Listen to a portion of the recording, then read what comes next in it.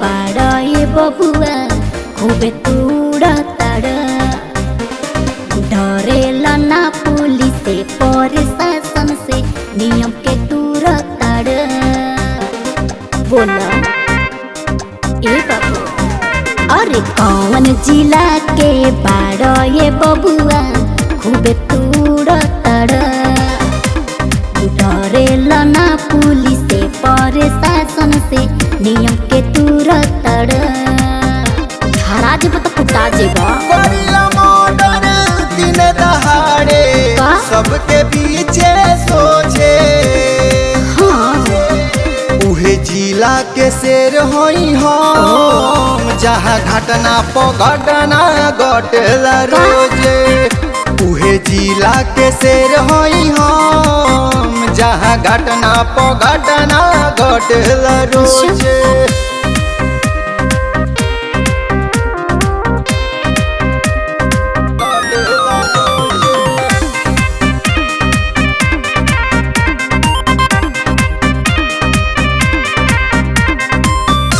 से सुनाया जीवन जिहिला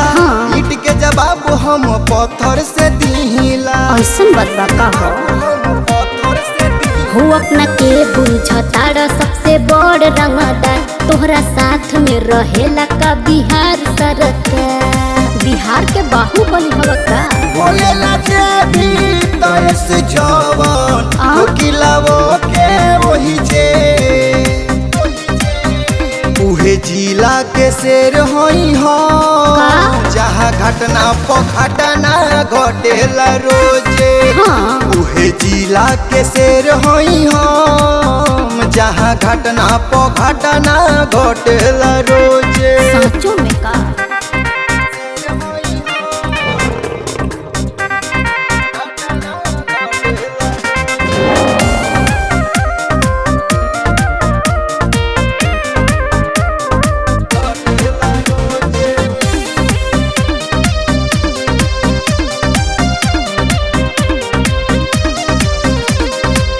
हवे रंगदार जिला हमर मशहूर हो